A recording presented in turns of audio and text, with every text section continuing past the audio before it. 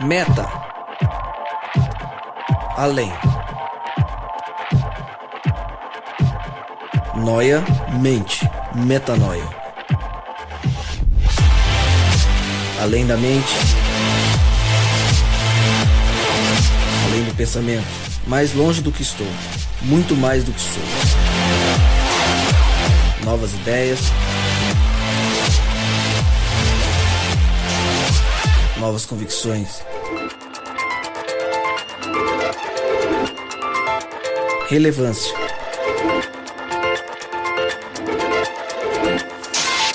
Plenitude. A busca pelo ideal.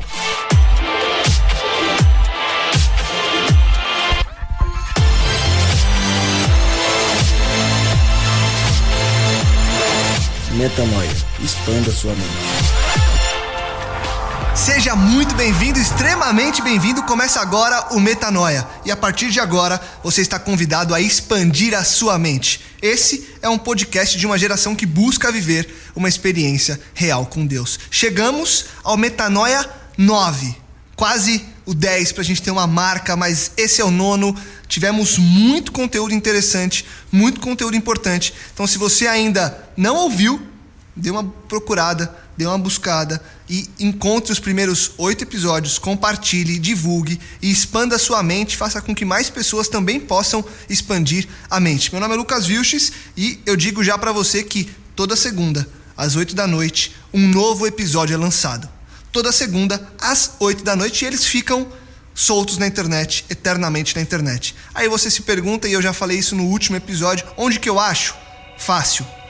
Qualquer aplicativo do seu celular de podcast já tem a gente. Por quê? Porque nós temos um canal no SoundCloud e no iTunes. Eles mandam o Metanoia para tudo quanto é aplicativo. Então, acesse o seu celular, divulgue pela internet, mas fato é, você não pode deixar de toda semana estar conosco e expandir um pouco mais da sua mente. Vamos ao que interessa. Eu sempre falo que aqui não tem enrolação. Em 2-3 minutos a gente começa e vai pro tema. Começa a falar. Hoje o tema é sacerdócio. Antes da gente começar a discutir, queria apresentar. Vai começar a acabar esse negócio de apresentar, porque no último podcast eu já acabei com aquele negócio da palavra final, porque todo mundo é a casa. Como tá todo mundo sempre aqui, daqui a pouco vai acabar. Hoje vai ser o último que eu apresento vocês, a não ser que venha uma visita. Rodrigo Maciel, mais uma vez, lado a lado. A gente tá aqui sofrendo metanoia também, viu? Não é só o pessoal que tá ouvindo, não. Eu tenho sofrido muitas metanoias aqui, tem sido bom demais receber esse alimento todo para poder, enfim, refletir e repartir depois. Bom demais, mais uma vez, estar com você aqui, Lucas, com toda essa família espiritual aqui à mesa, pastores espetaculares, homens pensadores, como diz alguns dos cabeçudos do reino. Tem os cabeçudos, né? Os cabeçudos do reino. E feliz demais por estar aqui. Legal. É um privilégio. Pastor Walter Araújo, gostou? Veio lá no começo, aí ficou um tempinho sem vir, já veio no anterior e tá aqui com a gente hoje de novo. Tamo junto, ainda mais com esse upgrade, né? Porque melhor ser cabeçudo do que barrigudo do reino. É verdade. Então, é uma alegria estar com vocês de novo, você que tá ligadinho aí no podcast e saudar aqui os nossos amigos. De fato, a gente tá numa família. Legal. E nessa família, Alexandre Martins tem estado sempre conosco. Hoje a mesa tá recheada. Hoje estamos cheios de gente. Alexandre, obrigado, bem-vindo de volta. Quero dizer que é uma alegria estar aqui. Eu fico muito feliz de poder entrar em contato com você também, que está nos ouvindo. E rever amigos, né? Rever amigos sempre é bom, e eu posso dizer que estar nessa mesa é maravilhoso e que Deus possa nos abençoar mais uma vez. Legal. Felipe Tonasso, de volta, você que não esteve no último que a gente falou sobre a morte e agora está aqui pra gente falar sobre sacerdócio. Pois é, muito bom estar aqui de volta e só fazer um comentário nos últimos podcasts que a gente ouviu. O comentário geral foi sobre a voz do Walter, né? Todo mundo uma voz imponente. Não é Optimus Prime. Esse é o segredo. Olha lá, cara. Eu queria até propor um dia para que ele fizesse aí um texto, né, narrado, pra gente ter um fundo musical pro final, pro encerramento, quem sabe. Muito bom estar de volta. Vamos lá. Anderson Ferrantino, obrigado mais uma vez por estar conosco. Beleza. Muito bom, né? Parar de ser formal, assim, por estar muito conosco. Legal, tá com a gente aqui. Muito show. É isso aí. Legal. Deus abençoe você aí que tá ouvindo. Um abraço. Então, o tema Hoje a gente escolheu falar de sacerdócio real. E eu queria começar na parte abrangente do tema e que a gente falasse sem o silêncio. E na hora que eu soltar a pergunta, alguém tem que falar. O que é o sacerdócio? O que é esse tema? Por que a gente escolheu juntos falar sobre sacerdócio? Talvez valha a pena começar com uma explicação do que o sacerdócio é, né? Porque a gente talvez avance para o sacerdócio real, mas o que é um sacerdote, né? Pedir essa gentileza dos pastores à mesa. Conceito. Pegou a palavra pra fazer a pergunta. Você tem que inovar, entendeu? Entendeu? Tem que inovar. Porque você viu o que eu falei, né? Eu falei, não pode ter silêncio. Aí ele foi e falou. Depois de 8 podcasts, agora ele tá. Eu resolvi o problema, né, Não, cara? é legal que não pode ter silêncio, então responde alguém aí. Não, acho que Eu achei que ele veio com uma pérola, assim, ó. Vou dar a base aqui do tema. Mas acho que é bacana a gente pensar na figura do sacerdote como um intermediário, ok? Eu acho que é interessante a gente colocar, antes de avaliar o sacerdócio propriamente dito, eu penso na figura do sacerdote como alguém entre. E no nosso contexto, nós temos a raça humana, o sacerdote e Deus. Mas não um mediador. Esse só existe um, Jesus. Mas essa função que ele delega para pessoas como eu e você, que não necessariamente tem um PR aí por causa de uma graduação, não é isso. Esse é um ministério para todos os sacerdotes que aceitam esta vocação que Jesus dá das mais variadas formas. Então, eu acredito que é um entre Deus e a humanidade. Interessante, na Bíblia, no Antigo Testamento, a figura do sacerdote, como o Walter falou, é um mediador. E não é qualquer mediador, né? Você não se auto-intitula sacerdote. Uma grande diferença do sacerdote, você tinha na tribo de Levi, uma tribo escolhida por Deus para exercer uma função específica de sacerdócio, ou seja, para ser sacerdote, a principal requisição ali, como eu posso dizer, tem uma palavra que eu tô uma característica. Não é a característica, é o que eu preciso para poder ser a prerrogativa. Tem que ser escolhido por Deus, né? Então isso depois vai acompanhar a gente aí na conversa, porque mais à frente no cristianismo você vai entender o quanto isso se desfaz, né? O quanto isso vai se perdendo, na verdade, e como é importante a gente lembrar que a gente também é escolhido por Deus para uma função especial. Então tem um pouco de lembrar disso aí. A tribo de Levi era escolhida por Deus para realizar um trabalho específico. Acho que a galera entende que já o Rodrigo está satisfeito com a explicação, não é? Muito satisfeito. Valeu. Resolvido. Adiante. E aí, pegando o gancho de vocês, todos então somos sacerdotes de Deus? E acho que daí a gente pode começar a construir. Porque você falou, não significa que anos de estudo vão me dar um PR na frente do nome e aí por isso eu vou ser. Todos somos? Eu acho que para entender se todos somos, a gente tem que entender um pouquinho do trabalho, do ofício do sacerdote, para a gente entender o que significa dizer que todos somos, né? Porque o sacerdote, na verdade, ele além de ser um representante, entre o povo, ele era também um intercessor. Ele era alguém que intercedia e que tinha uma certa... Ele tinha a proeminência, né? Ele tinha a função de adentrar em lugares aonde as pessoas não poderiam entrar na sua época, né? Então o sacerdote ele tinha ali o ofício todo no templo. Se você pegar aí sua Bíblia no livro de Levítico, tiver curiosidade, até o próprio livro do Êxodo, onde descreve ali a construção do tabernáculo, etc., você vai ver que os sacerdotes e o povo estavam no pátio, adentravam ali. Mas quando se tratava da tenda, quando se tratava do templo em si, né?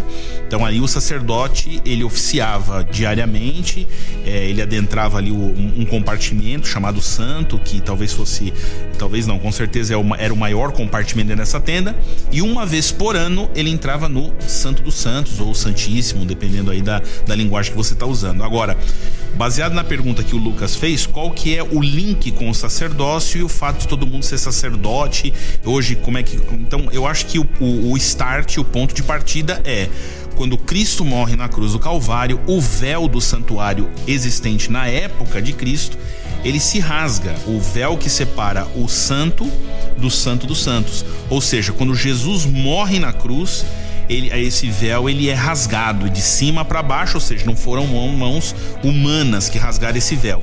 E daí então a ideia de que a partir daquele momento não mais um intercessor terrestre, mas um intercessor celestial, que é o Senhor Jesus, está por nós, ou seja, na terra hoje não há um sacerdote na terra, né? Não há um sacerdote, por mais que muitas denominações ou crenças religiosas coloquem líderes como sacerdotes, pode ser até por uma questão hierárquica ou nomenclatura, mas a função sacerdotal em Cristo, ela deixou de existir na terra, já que Jesus foi sacrifício e sacerdote, os dois ao mesmo tempo, cumprimento total do santuário terrestre.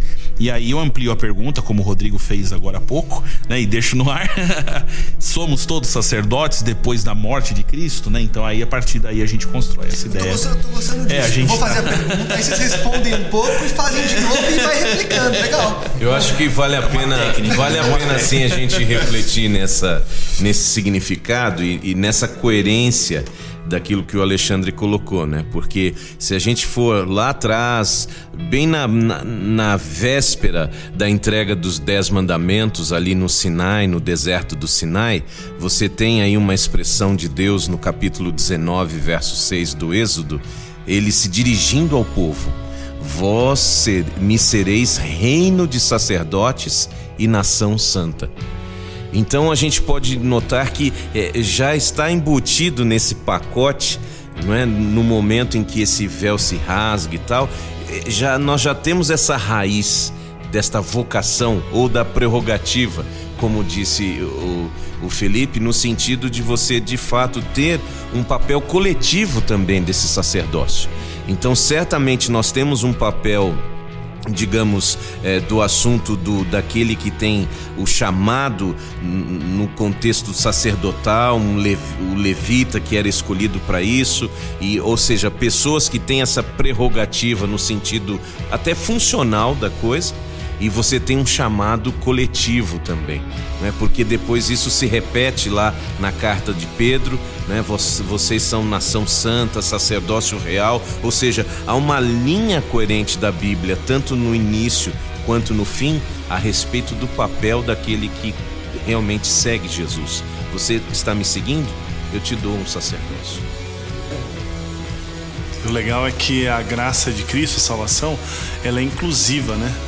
Então ela é inclusiva não somente para todas as nações serem abençoadas com a salvação, mas aqueles que aceitam a salvação são chamados agora para ser representantes de Deus, ou não mediadores, obviamente, mas ser a extensão dos braços de Deus para levar as outras pessoas a Jesus.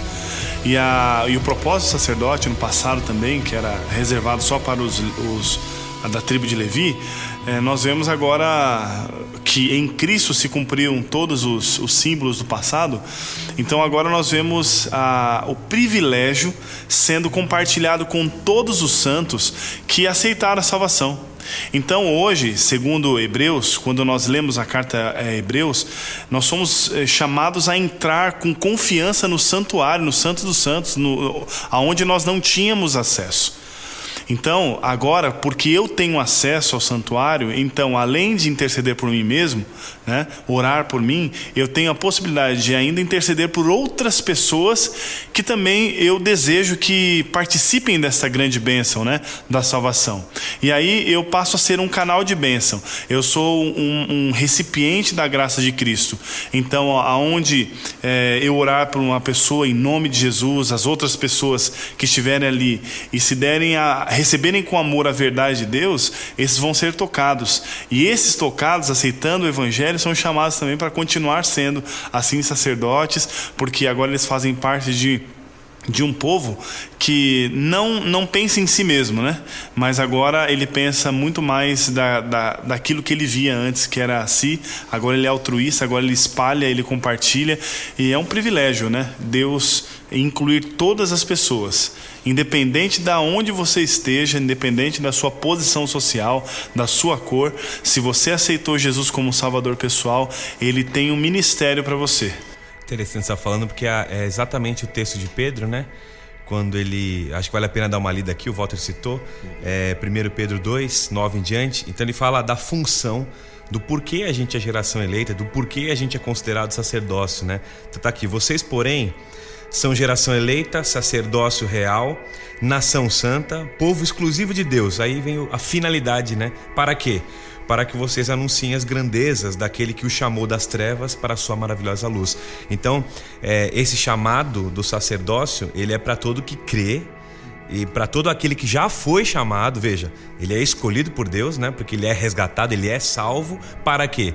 Para que anuncie essas virtudes. Então, quando a gente vai falar de sacerdócio de todos os crentes, a gente tem que pensar o seguinte: hoje a gente está falando de uma realidade de igreja onde muitas pessoas ainda têm a figura do pastor ou do líder espiritual como o sacerdote. A gente até usa essa nomenclatura de vez em quando, ele é o sacerdote.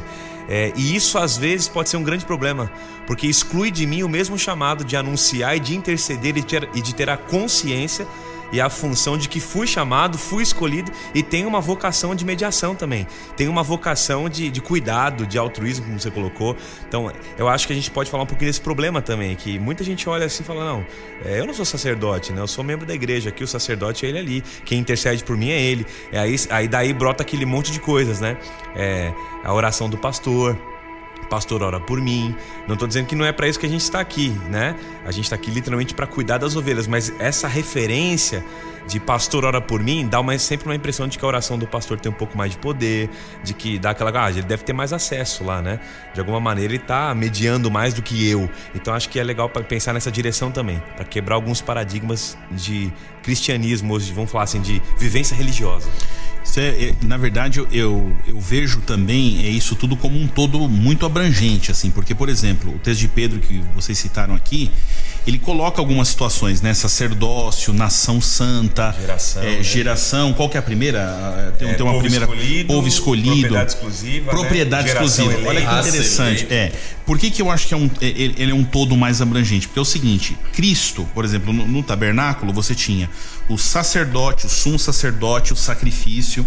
E se a gente for entrar em aspectos até de utensílios, todos eles simbolizam Jesus. Mas olha só, Cristo foi ao mesmo tempo sacrifício, sacerdote e agora sumo sacerdote.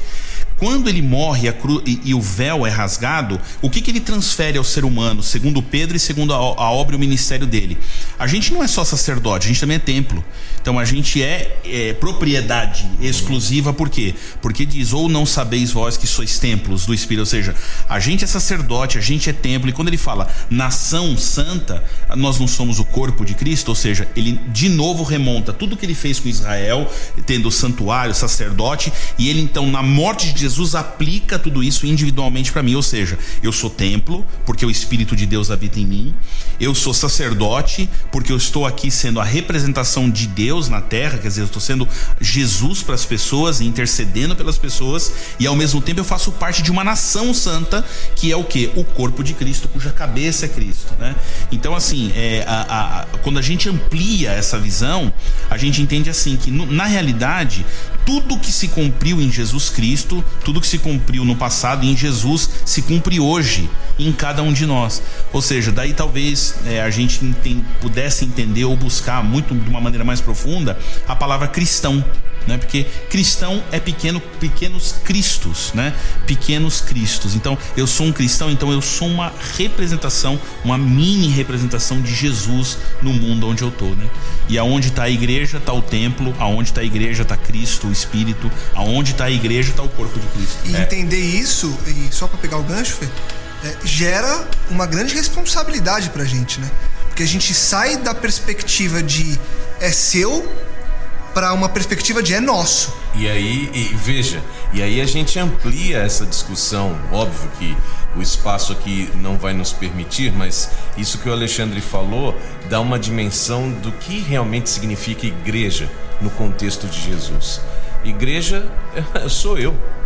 Onde eu estou, eu sou igreja. É um juntamento de gente que crê e se entende como sacerdote também. Exato. Se entende como escolhido, como nação, como corpo do Cristo. E interessante que eu não me autoproclamo. Aí é que está, porque o sacerdócio, no contexto bíblico, ele envolvia o quê? Oração, envolvia louvor e envolvia sacrifício para se aproximar de Deus.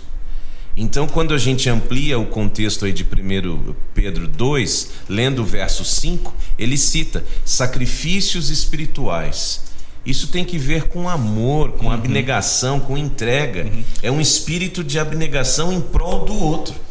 Para que o outro possa ser capaz de ver a Deus, né? Exatamente. E você vê que justamente nesse contexto, talvez esteja aí uma das maiores confusões já feitas em relação à interpretação bíblica, porque no contexto de Pedro, quando Jesus diz para ele: Pedro, tu és pedra, eles estão perto do templo, eles estão falando do templo. Então, quando Jesus, eu já ouvi uma explicação desse texto, que eu sei que ele é polêmico e etc e tal, onde Jesus tivesse dito assim: Pedro, você é pedra, apontando a mão para Pedro. Você que está aí ouvindo, você não está me vendo, né? Mas com Jesus falando com ele assim, ó: Pedro, você é pedra, apontou para Pedro.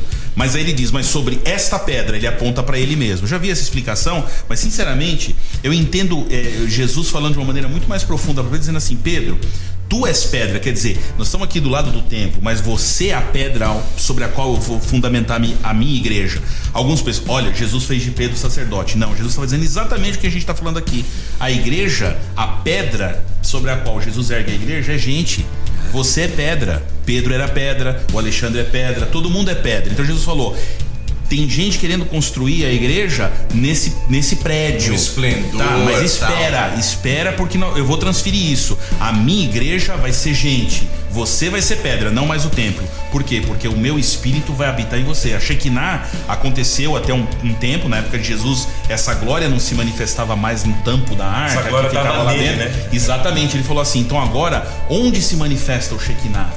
No cego de nascença, que ele diz assim: nasceu assim para nele se manifestar a glória. A glória se manifestou em Lázaro, a glória se manifestou em todos eles. Ou seja, você que está ouvindo aí, você é pedra, eu sou pedra, porque é nessa pedra que o Espírito habita. Eu sou templo. Então, igreja de Cristo, sacerdote, é gente, é feita de gente, né? E aí tá a beleza que o Anderson falou, mesmo sendo imperfeito, né? Deus é demais, muito interessante, né? Gente que gosta de gente, né? É muito interessante que isso que você falou, Ale, tá num verso um pouco anterior ao que o Tonás começou a ler ali em 1 Pedro 2, do 9 em diante. No 5 diz assim, ó, 1 Pedro 2, 5 diz assim: vocês também estão sendo utilizados como pedras vivas. E aí ele usa, é muito massa essa expressão. Interessante, até Pedro fala isso, né? Exatamente, pedras vivas na edificação de uma casa espiritual, pedras vivas para a edificação de uma casa espiritual, o corpo de Cristo. E aí ele continua dizendo o seguinte: para serem sacerdócio santo, oferecendo sacrifícios espirituais aceitáveis a Deus por meio de Jesus Cristo. E aí eu acho interessante essa perspectiva aqui, esse sacerdócio. Eu lembro quando aprendi esse tema num pequeno grupo, foi espetacular para mim, porque isso mudou minha perspectiva. Porque quando a gente parte do pressuposto, como você disse ali, que o ministério de Cristo é aquilo que se cumpre em nós, aquilo que se cumpriu em Cristo continua sendo cumprido através de nós aqui na Terra hoje. Isso ressignificou muito a minha vida espiritual, assim, a minha caminhada cristã e tal, porque eu entendi o seguinte: que se tinha eventualmente alguém com uma possessão espiritual e eventualmente aquela situação estava tensa, eu não tinha que ligar pro pastor para resolver o problema mais. Que agora se eu sou sacerdote real e eu creio nisso, quem tem que resolver o problema sou eu. Se tem um irmão precisando de cura espiritual e eu tô próximo dele, de alguma forma o Espírito Santo vai me usar para que essa cura chegue através de mim lá. Então eu não mais terceirizo essa responsabilidade pro pastor ou para um líder espiritual. Eu entendo que se eu sou sacerdote, então tudo aquilo que se atribui ao ministério de Cristo na terra, ele passa por mim. Eu não dependo mais de um pastor para fazer com que Deus seja revelado na vida de alguém, que a glória de Deus seja vista na vida de alguém. Isso não exclui a vida a função pastoral, obviamente, mas ela ressignifica, eu acho. Porque daí o pastor, ele tem essa noção de que cuidar de gente, né, é uma coisa que faz parte de todos os sacerdotes. Então eu entendo que eu passo a ser um pastor quando eu entendo a perspectiva do sacerdócio, e agora eu posso cuidar de gente, assim como Jesus fez, assim como os sacerdotes faziam, no intuito de que eles vejam Deus. Então isso ressignifica a nossa vida cristã, porque coloca sobre nós a responsabilidade de fazer as coisas. Então eu acho até bastante engraçado, às vezes as pessoas pensam: eu queria que você orasse por mim. O que o Tonás falou, que talvez sua oração tenha mais poder, né? E isso a gente tem que desmistificar esse processo, porque todos nós foi aberto para que todos nós vivamos as mesmas coisas. Isso é espetacular. E essa é uma guerra que vem de muito antes. Um dos articuladores dessa doutrina cristã foi Lutero, quando ele vai desconstruir esse lance de casta espiritual mesmo, que você tinha o clero e você tinha o povo, né? E aí havia na Idade Média ali uma divisão muito clara entre gente espiritual e o pessoal que era temporal, ou seja, você é só alguém que é temporal, mas alguém é espiritual, alguém media, alguém faz esse trabalho de ouvir, ter o oráculo de Deus. E Lutero vai articular essa doutrina, e isso vai ser para a cristandade, para todo mundo protestante, uma doutrina que unifica. Acho que todo protestante crê nisso. Olha, Lutero está dizendo, todos são espirituais, todos são espirituais. E aí ele vai articulando isso. Eu me lembro de ter uma época lido algo a respeito, quando usa aquele texto de Romanos 12 também, que diz assim, olha, eu rogo vocês que ofereçam o vosso corpo como sacrifício. É exatamente o que você falou, olha. Eu não sou apenas o sacerdote, eu encarno o ministério de Cristo, eu estou tão espiritual como Cristo, porque eu encarno em mim o Espírito de Cristo. Então eu sou sacerdote também, faço mediação, como Paulo vai dizer, que eu tenho um ministério de reconciliação. Eu carrego esse ministério dentro de mim com as pessoas, de intercessão, como o Anderson falou, mas também eu me sacrifico. Também eu sou o sacrifício vivo, sou eu que faço esse sacrifício. Então, essas implicações, acho que a chave está na tua fala inicial, Ale. É a vida de Cristo, o grande sacerdote na Bíblia. Porque o sacerdote de todos os crentes, como era chamado? Porque todo crente que creu e foi resgatado passa a ser um pequeno Cristo, passa a mediar, passa a interceder, passa a se sacrificar pelo outro, para que haja perdão para o outro, para que haja vida para o outro, para que haja Deus revelado na sua vida para o outro enxergar. Eu acho que isso é legal de entender. E isso, Rodrigo, cai mesmo uma casta de mitos aí. Porque tem muita gente que ouve a gente. Eu sei que hoje a gente está numa geração que questiona muito a liderança institucionalizada. O pastor já não fala mais, e aí o pessoal diz amém. Hoje você fala, a gente sabe, a gente é pastor, a gente prega, e daqui a pouco alguém questiona embaixo no comentário do seu sermão.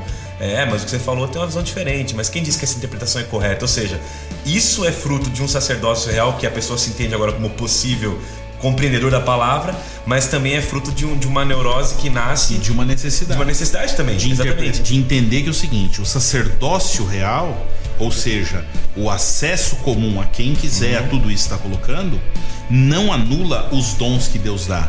Ou seja, o pastorado, o ensino Cada um tem visto seu espaço, como dom. Exatamente. Ou seja, então hoje, por exemplo, a gente tem que se questionar, ou se perguntar, eu questiono a hierarquia por quê? Porque eu entendo a visão bíblica de que o ministério é compartilhado, ou porque eu não estou querendo aceitar que eu tenho que respeitar o dom do meu irmão. Ou seja, se Deus te entregou o dom para ser um pastor, né? Então esse pastor, ele dentro do seu dom tem autoridade para ser. E se você recebeu de Deus o dom de cantar, como meu amigo Rodrigo aqui tem, e alguns outros, mas você tem autoridade para cantar. Por quê? Porque eu não me vejo hoje na autoridade de dizer assim, o Rodrigo mais ou menos, porque eu não sei cantar, quer dizer, eu desafino até falando, cara. Então assim, eu tenho que me colocar no meu lugar mediante meu dom, entendendo que o corpo somos todos, mas com funções diferentes. Nem todo mundo é orelha, nem todo mundo é braço, nem todo mundo é pastor, nem todo mundo é ministro, nem todo mundo é mestre, mas cada um ali de acordo com o seu dom. É o que o apóstolo diz, né? E fato é que todos somos alguma coisa, né? Perfeito. Eu peguei uma frase quando eu estava preparando aqui o tema pra gente, que fala o seguinte: como discípulos, temos todos a mesma responsabilidade, que é o sacerdócio, porém em ministérios diferentes, que são os dons. E aí vem uma frase pra mim que é a chave, pra mim foi a chave disso tudo. O grande erro do cristão é crer que o dom limita a responsabilidade. Então o cara fala assim, mas o meu dom é esse. Então deixa o pastor fazer isso. Então isso eu não preciso fazer. Ou não, ele faz melhor. Sabe? É uma coisa do delegar, assim, sabe? Não vou fazer, então eu vou fazer outra coisa. Ou meu dom não serve pra nada, porque tem gente que pensa isso. A gente já falou de dons aqui, né? Inclusive fica um convite pra você, se você não ouviu, nos primeiros podcasts nossos, lá no 7º, na verdade, a gente falou sobre dons e vocação. Então vai lá ouvir o que a gente falou sobre isso, porque é muito interessante a gente lembrar que todos temos dons para exercer essa responsabilidade de todos, que é o sacerdócio, né? Por isso que acho que é interessante lembrar que nesse aspecto que a gente está discutindo, o motivo e também a sinceridade de uma pessoa devem ser considerados, sabe? Porque o dom não te dá o direito, como o Alexandre falou, de julgar o outro. A gente tem que realmente entender que tudo contribui para a missão. Não é? As capacidades diferenciadas que a gente recebeu, eu preciso estar em harmonia. Então esse meu sacerdócio, ele é provado pelo motivo e pela intenção quando eu estou trabalhando em harmonia. Quando eu acho que eu sou o único rei que enxerga e todo mundo está enxergando errado, eu tenho que rever meus conceitos de sacerdócio. Porque o sacerdócio de todos os santos, ele contribui para essa missão que já está revelada. Não para o meu ponto de vista pessoal, se fosse como eu queria fazer, seria melhor. Não, contribui na comunhão, né? Contribui no até todo, porque né? o sacerdote anuncia as virtudes daquele que chamou. Exato. Então ele tem que estar no mesmo espírito, ele anuncia a virtude daquele que chamou, né? Não é uma coceirinha na língua de jogar uma pimenta nessa história nossa aqui hoje, cara. É agora. Eu acho que tá faltando. Eu acho que tá vendo muita unidade, né? A gente tá ficando eu vou muito... jogar uma pimenta, sabe por quê? Porque eu ia ficar, eu até pensei, vou ver se em algum momento vai entrar esse assunto e tal, mas daí eu fiquei meio na minha. O Walter colocou esse lance do sacerdote, então eu vou falar. Manda. Se a gente olhar a história, é o seguinte: a gente vê a trajetória sacerdotal, mas vira e mexe no caminho do sacerdote e do rei, aparece uma figurinha interessante, que era o profeta.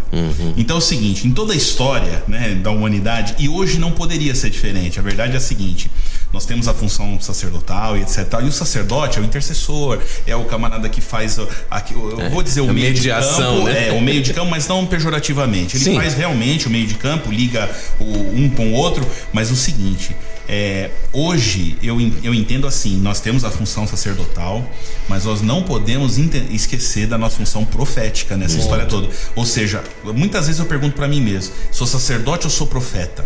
E eu vejo hoje assim que no tempo em que vivemos, né, a visão sacerdotal, ou seja, o bem comum, o corpo de Cristo, é meio que um tema visto por todos e tal.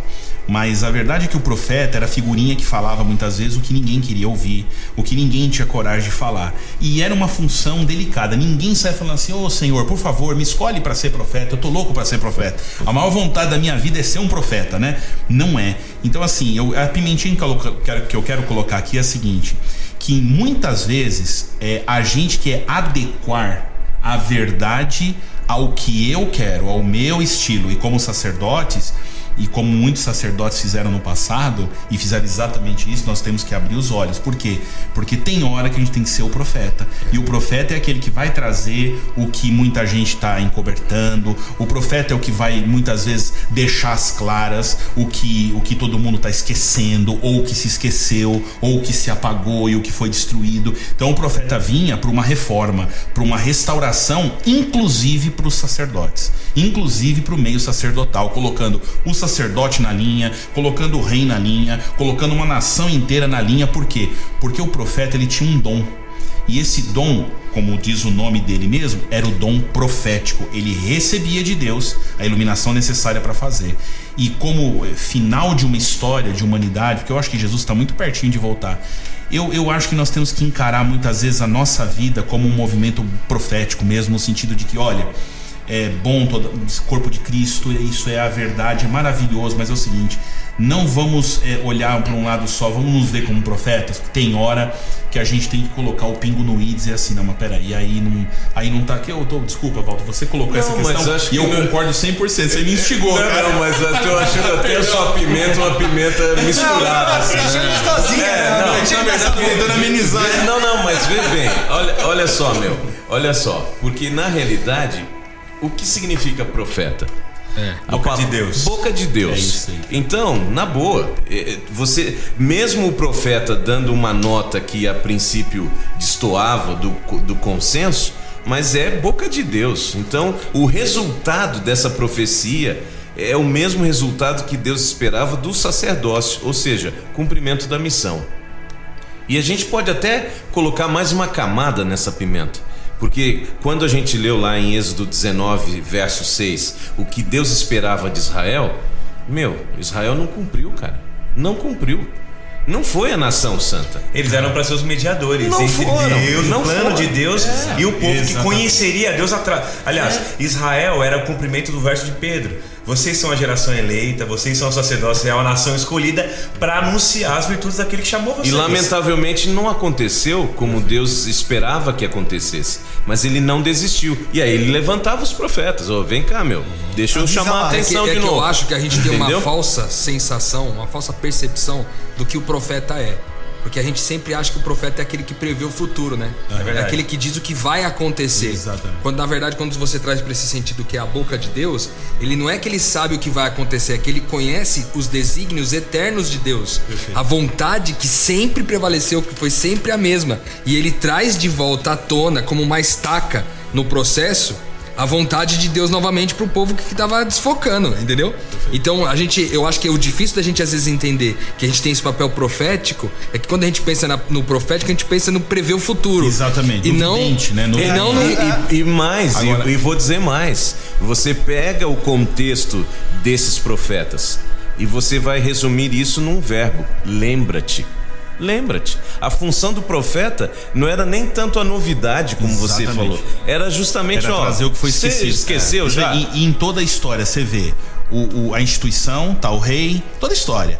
O sacerdote tá lá e o profeta tá lá. E eu não quero aqui trazer uma interpretação profética que eu particularmente não concordo, né? Que é aquele negócio que o que se cumpre no passado se cumpre em Jesus, se cumpre no futuro, necessariamente. Mas em Jesus você vê o quê? Lá estava Jesus, junto com ele no ministério dele estava quem? João Batista, tava o profeta. E estava também o quê? A instituição, o sacerdócio estava lá, o templo estava lá. Nos nossos dias, a verdade é que eu sinto que Deus sente que não pode ser diferente.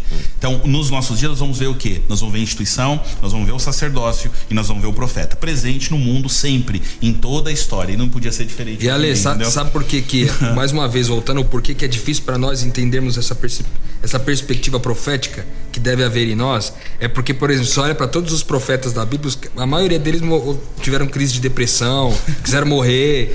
Por quê? Porque quando você conhece esse desígnio, essa vontade de Deus eterna que sempre houve, e você vê que você tem uma seara gigantesca para você mudar, e você vai lá, dá um desespero, você fala: meu Deus, eu não vou conseguir fazer isso aqui, você não devia ter me revelado isso, você não devia ter me revelado, porque agora eu não vou dar conta. Às vezes dá essa sensação de a gente não conseguir muitas vezes colocar uma verdade e estabelecer essa verdade num local ou num tempo. Uma vez que a gente conheceu essa verdade, a gente não consegue estabelecê-la. Então, se a gente de fato assumisse esse papel profético, né, a gente também teria essa consequência natural. Um exemplo muito engraçado, que é quando você vai comer um negócio, alguém fala assim: você quer que eu te falo do que tem aqui? Aí você fala: não fala não. Eu vou saber o que tem de caloria. Aí você fala: não fala, deixa eu só comer. Então o profeta era aquele que ouvia de Deus e denunciava no seu tempo o desígnio de Deus. Denunciava, essa é a palavra. Ele tinha essa proposta de denunciar e de apontar no seu tempo o desígnio eterno de Deus. E aí é interessante porque a gente tem um papel, essa função tripla, né? A gente é corpo de Cristo hoje, estamos numa instituição que a gente pode colocar assim, veja, eu estou colocando entre aspas, aqui você não está vendo meu dedo, mas eu estou fazendo aspas. Uma instituição colocada na terra invisivelmente, que é o corpo de Cristo. A gente é igreja, nesse sentido, certo? A gente é profeta quando denuncia a vontade eterna de Deus no nosso tempo, lendo a nossa geração. E a gente é sacerdote quando diz assim: olha, eu denunciei, e o cara fala: então eu tô mal, eu tô perdido. Ok, não, mas eu vou fazer mediação, vem cá, eu vou te colocar perto de Deus. Eu vou te apontar o desígnio de Deus. Eu acho que nesse sentido esse tripé fica bem claro pra gente. Se completa, do né? papel de você que tá ouvindo a gente. Então meu papel de cristão é o quê? Bom, é ser pequeno Cristo. Em que aspectos? Sendo o corpo dele, ou seja, indo onde ele iria, tocando onde ele tocaria, abraçando onde ele abraçaria, pisando onde ele pisaria, olhando como ele olharia, denunciando como ele denunciaria. Profeta, eu vou entender minha época, vou entender o desígnio de Deus, vou andar pela minha época denunciando a vontade de Deus. E quando vocês falam assim: vocês estão perdidos, eu falo assim: não, peraí, vem cá que eu vou fazer uma mediação, vamos interceder juntos. Ou seja, eu me coloco também à disposição perante o Santíssimo para poder levar você junto comigo. Eu acho que vale bem a gente destacar, porque como a gente já frisou que o povo falhou, quando Jesus veio, o plano de Deus se cumpriu neste assunto do sacerdócio aqui, dos santos, entendeu? Então, são pimentinhas que a gente pode jogar para as outras oportunidades, mas, poxa, poucas vezes ele esteve na igreja ou na sinagoga. E a última que ele foi, ainda depois morreu. Tá certo? Mas fica para outra hora. E aí a gente discute justamente essa postura, ou seja, ele se misturava. E a gente, no nosso sacerdócio de um tempo para cá, a gente se isolou. E o sacerdócio, para ser sacerdócio, ele tem que estar fora da casinha. Fora da casinha. E nesse contexto, Jesus foi prático. Porque ele se misturava, ele estava com gente que não era religiosa. E quem é esse seu mestre aí jantando com publicanos, pecadores? Os pobres sempre os então, esse é o contexto, sabe, de um sacerdócio, eu acredito para um século 21. Um sacerdócio que de fato esteja misturado com as pessoas. Que é uma coisa você esperar o camarada vir ao templo para você intermediar com ele o evangelho. Ou a outra é você ser o templo lá. Ser o templo, ser a pedra, como foi falado aqui, e anunciar no seu caminhar as virtudes daquele que te amou, né? Porque quem tá ouvindo a gente tá lá, tá na faculdade, tá no trabalho, tem familiares que não aceitam a sua fé. E aí? Não, vamos fazer todo o esforço para levá-lo até um culto, para ele ouvir do pastor o que é cristianismo. Seja sacerdote, né? Seja sacerdote. Ô, Walter, você tá denunciando isso aí, Walter? Tá denunciando? Eu tô gostando. De tudo que vocês estão falando aí, interessante. De tudo que vocês estão falando, assuma Assuma teme a Deus. Mas o legal é o seguinte, tudo isso aí a gente percebe que é um trabalho para fora, né? Mas olha que maravilhosa a graça de Cristo, né? Quando Paulo, nesse texto que o Tonasso citou, de Romanos 12, ele diz o seguinte: portanto, meus irmãos, por causa da misericórdia grande de Deus, a divina, peço que vocês ofereçam completamente a Deus. Ele está falando para nós, que somos agora sacerdotes de Deus, vivo, né? Oferecer a Ele. E olha que interessante, e ele fala o seguinte: dedicada ao serviço agradável a Ele. Esta é a verdadeira adoração a você, que vocês devem oferecer a Deus. Aí no versículo 2, ele diz: não vivam como vivam as pessoas deste mundo, mas deixem que Deus os transforme por meio de uma completa mudança da mente de vocês. Assim, vocês conhecerão a vontade de Deus, isto é, aquilo que é bom, perfeito e agradável. Uma vez que eu experimento a salvação, que é a grande misericórdia de Deus, e o Lucas falou muito bem da nossa grande responsabilidade de ser sacerdote, e também o pastor Alexandre falou sobre o ofício profético. Você percebe que começa na minha experiência com Deus de salvação. No momento em que sou chamado para ser sacerdote, eu também sou chamado para falar para as outras pessoas, agora como porta-voz de Deus, para que eles também compreendam a vontade de Deus. Então, ao compreender a vontade de Deus, eu estarei capacitado pela graça de Cristo Jesus a compartilhar isso como sacerdote e como profeta, como porta-voz de Deus e também como aquele que é a extensão dos braços de Deus, né? Então, o ofício sacerdotal, ele é tanto benefício para aqueles que receberão o privilégio da mensagem do profeta e do sacerdote, mas é um privilégio para quem vive essa realidade, né? Porque cresce na graça de Cristo, conhece a vontade de Deus e está mergulhando no oceano da graça de Cristo, né? Isso é tão verdade que ele fala aqui em Coríntios. Deixa eu pegar o texto aqui, que eu acho que quase que eu perco aqui. 1 Coríntios 4:1, que ele diz: Assim, pois, importa que os homens nos considerem como ministros de Cristo e dispenseiros dos mistérios de Deus. E aí, quando eu ouço essa palavra, eu fico pensando numa dispensa, sabe? Tem um lugar onde você guarda ali as compras de casa, e aí você é o dispenseiro, você tem a chave da porta da dispensa, é você quem abre a porta para que as pessoas possam conhecer os mistérios de Deus, né? Vocês botaram a pimenta aí, eu vou atiçar mais, porque eu acho que é o seguinte... Pimenta é com o Rodrigo, vocês sabem disso, né? É porque agora nós tocamos num ponto importante aqui, porque essa função profética que o ele tá falando aí, num geral, a gente não tem coragem de fazer, entendeu? Porque a gente tá... Muitas vezes, aquele que conhece, aquele que entendeu o desígnio, a vontade eterna de Deus ao longo da história, quando ele vai trazer isso para uma realidade religiosa contemporânea, ele dá de frente com um sistema onde ele pode ser considerado um louco, um maluco, e aí ele não traz a verdade, ele não revela, ele não cumpre a função profética. Ele adocica Eu acho que o processo, né? Exatamente, ele açucara o processo. Então, várias coisas acabam sendo açucaradas, e aí um indivíduo vem até uma comunidade da fé, ele senta num local e ouve tudo que ele gosta, tudo que ele... É gostoso ouvir, tá ali, isso aqui é bom pra minha vida, tá tudo certo. Mas eu não quero mudar a realidade, eu não quero denunciar com medo do prejuízo, cara.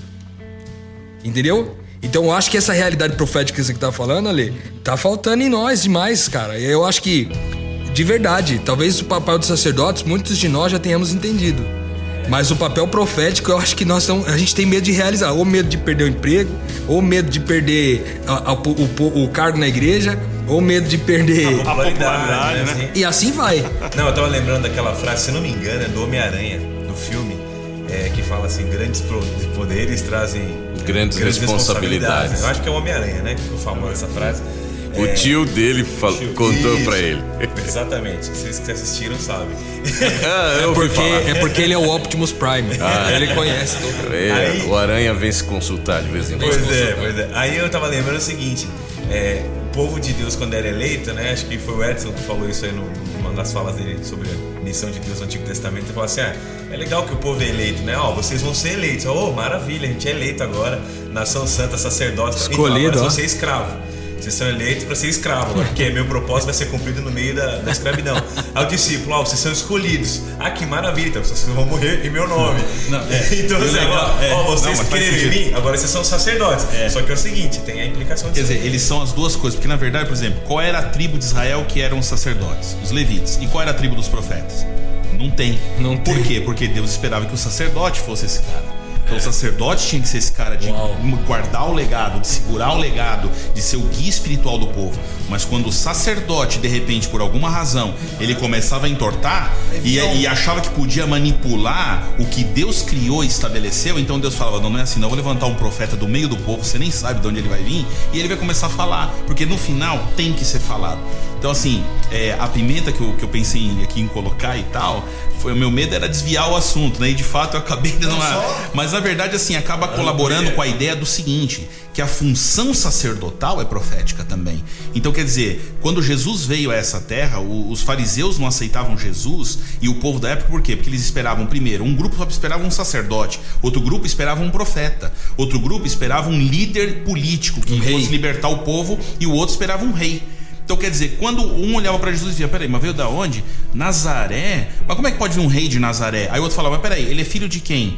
De José? Mas peraí, não teve um problema no nascimento desse moleque? Como é que ele pode ser sacerdote? Então no final, todos os preconceitos humanos cegaram os homens para quem ele era. E a nossa época, a leitura dessa época, que eu gosto muito quando você usa essa expressão, cara, a gente tem que ler uma época, é que os conceitos de uma época podem cegar a visão de muitos a enxergarem aonde realmente a gente deve caminhar, qual realmente deve ser o princípio de nossa vida. Importa servir a Deus do que a homens. Então a minha geração pode estar com uma tônica, mas essa tônica não pode não estar certa segundo a luz da palavra de Deus. E eu não tenho que adaptar a palavra de Deus à luz de uma geração, mas eu tenho que adaptar uma geração à luz da palavra de Deus. E é nesse ponto aonde, como sacerdotes, nós cumprimos a função, no sentido, eu não me coloco aqui, nem estou me colocando aqui, e nem no nosso grupo que está conversando, mas eu me coloco assim: nós, como escolhidos de Deus, você que está me ouvindo aí, também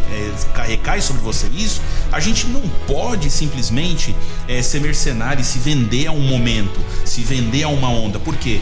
Porque pode ser, e a probabilidade é que seja impopular. A probabilidade é que não seja legalzinho muitas vezes, mas ao mesmo tempo, a certeza de que mesmo sendo impopular e não sendo muito legalzinho, sempre vai ser com amor, sempre vai ser com respeito, sempre vai ser vendo o melhor do ser humano, o melhor e o futuro da gente. Quer dizer, nunca para que um fim seja um fim em si mesmo, a verdade pela verdade, não, é a verdade pelo ser humano. Eu falo, né? Que penso e dou a quem doer. Perfeito. Não rola. Certo? Porque anunciar a virtude daquele que chamou é anunciar alguém que é cheio de graça e cheio de verdade, né? Mesmo então, porque eu acho que o desafio também, quando a gente toca nesse aspecto do sacerdote, da verdade, da função, a gente tem que lembrar também que o pecado nos limita demais, que a gente erra e a gente se sente indigno, porque de repente eu me lembro que a gente passa por essas fases também. Poxa, às vezes você tem que tratar de um assunto, mas você percebe: pô, mas eu sou tão pecador quanto essa pessoa, e agora Deus vai me usar para alertar e tal. Então às vezes a gente não tem também muito bem definido na nossa mente o perdão, o perdão de Deus, porque se você foi chamado por ele e ele sabe dos seus limites, ele te perdoa. Então você que está me ouvindo agora, você não precisa se sentir excluído desse sacerdócio porque a tua biografia tem uma mancha. Quando a gente estuda a vida de Davi, por exemplo, a Bíblia fala que ele foi perfeito e reto em tudo, exceto numa coisa, no caso de Urias, o Heteu. Exceto, é a única vez que a Bíblia fala lá no livro dos Reis uma mancha na biografia de Davi. E aí o que acontece? Esse homem, com essa única exceção, é chamado pela Bíblia de o homem segundo o coração de Deus. E Arão, Valtinho? E Arão que fez o bezerro e no final quem Deus escolheu para sacerdote? E olha Arão. só que interessante. Então isso dá para você e para mim esperança, porque a gente erra. Isso. Mas a nossa vocação, o nosso chamado, ele também tem embutido perdão para a gente seguir em frente, uma vez que a gente se arrependa desse pecado. Porque nós somos sacerdotes que temos um sumo sacerdote. Né? E ele para comparece perante o Pai por nós, para que a gente possa exercer a nossa função. Se você esquecer disso, você não vai assumir nunca nenhum compromisso. Porque é pura graça, como o Anderson sempre fala. Esse sumo sacerdote comparece diariamente perante o Pai para dizer, ó, meus sacerdotes estão colocados lá, não são perfeitos, mas recaiu sobre mim e eu derramo sobre eles a minha legitimidade para que eles atuem, né? Então, e lembrando que quando um rei escrevia uma carta, ele escolhia um mensageiro. Esse mensageiro tinha que chegar e levar até a carta o destino. Mas a mensagem, ela não perdia a sua autoridade por causa do mensageiro. Porque a mensagem não é oriunda do mensageiro, mas sim daquele que enviou o rei, que enviou a mensagem. Então eu, como porta-voz de Deus, ainda que sofra por causa das consequências do pecado, eu tenho que falar para as pessoas. Porque eu sou mensageiro e a mensagem não vai perder o seu poder, porque ela vai cumprir o propósito pelo qual ela foi enviada. Isaías 55 diz isso. Então, não se atemorize. Então, fala, mas eu sou pecador, então eu não sou digno. A mensagem não é digna por causa de você. É por causa daquele que enviou você para falar, né? Como sacerdote, como profeta. Eu queria só pegar um gancho, que o Walter puxou um tema, depois o Alexandre completou, e eu queria só, na verdade, já convidar quem está ouvindo a gente, porque o próximo podcast, semana que vem, é sobre perdão. Então vai se completar, na verdade, porque a gente está falando de sacerdócio e chegou num ponto de que temos de lembrar que somos sim indignos, mas que Deus nos capacita e faz com que todos os dias a misericórdia dele se renove e a gente esteja aqui prontos para sermos todos os dias sacerdotes dele. Então você que está ouvindo a gente agora, volte aqui semana que vem, porque a gente vai completar esse assunto de estarmos nessa caminhada e sermos todos os dias, toda hora que a gente pede esse perdão, perdoados por Cristo. Fê, o que você ia falar? Não, eu só ia comentar, até perdi um pouco a linha aqui. Você falou o que mesmo, Anderson? Agora no finalzinho, só pegar o gancho. Você falou no final o que agora? Também esqueceu? Não, que ele falou uma coisa interessante. Ele falou assim, olha, não é a mensagem, não lembrou todo mundo agora. Se funciona Não, eu tava pensando nisso. Mas a gente acabou não falando. Você influenciou ele, né? O todo e o nada, né? A qualidade não tá em quem leva, tá na pessoa que entregou a mensagem, né? E o grande chamado da graça é que, veja, você está num processo. A graça que é eficaz, ela te educa a viver. Ela vai te educar a ser alguém cada dia mais, como a gente já falou no discipulado aqui no episódio 3, a ser semelhante a Jesus. Então perceba, em algum momento, quanto mais esse sumo sacerdote, vamos usar as figuras aqui, me perdoa, mais eu vou crescendo em graça, crescendo em sabedoria, em estatura perante Deus, perante os homens, vou colocar assim, e vou me parecendo com ele, ao ponto de Paulo vai dizer pra gente, por exemplo, ele era um mediador, ele era um dispenseiro, ele falava, né, em vasos, ele carregava um tesouro em vaso de barro para que a excelência fosse de Deus, ele tinha consciência. O homem que dizia, miserável homem que sou, quem me livrar do corpo dessa morte, é o homem que diz, sede meus imitadores, como eu sou de Cristo, é o homem que fecha em Gálatas 2:20, dizendo assim, eu já não vivo mais, né? Cristo vive em mim, eu vivo a vida de Cristo, e o viver que eu vivo hoje na carne, eu vivo pela fé no Filho de Deus. Quando você vive pela fé como sacerdote, pela fé que você é justificado, santificado por um sumo sacerdote que já fez um sacrifício único para rasgar véu, você entende o seguinte, é o que o Gandhi entendeu quando perguntaram para ele, ô Gandhi, qual que é a mensagem que você quer deixar para a Índia? Ele falou assim, a mensagem que eu quero deixar é minha vida é a mensagem, eu não tenho outra mensagem para deixar, não é o que eu falo, né? Não é o tipo de sacerdote que eu falo que eu sou. Não é a mensagem que eu prego sobre quem eu ouço. É a vida que eu levo. Então legal essa ideia de você entender que quanto mais Jesus te perdoa, mais você se parece com o ministério dele, mais você exemplifica isso na tua carne, né? Essa ideia. Dentro de tudo isso, só queria deixar um pontinho pequenininho. Só um pontinho aqui, dentro de tudo isso que a gente está conversando, que eu sei que é um assunto bem polêmico, mas eu quero colocar. É o seguinte: somos nação eleita, somos igreja, somos sacerdotes.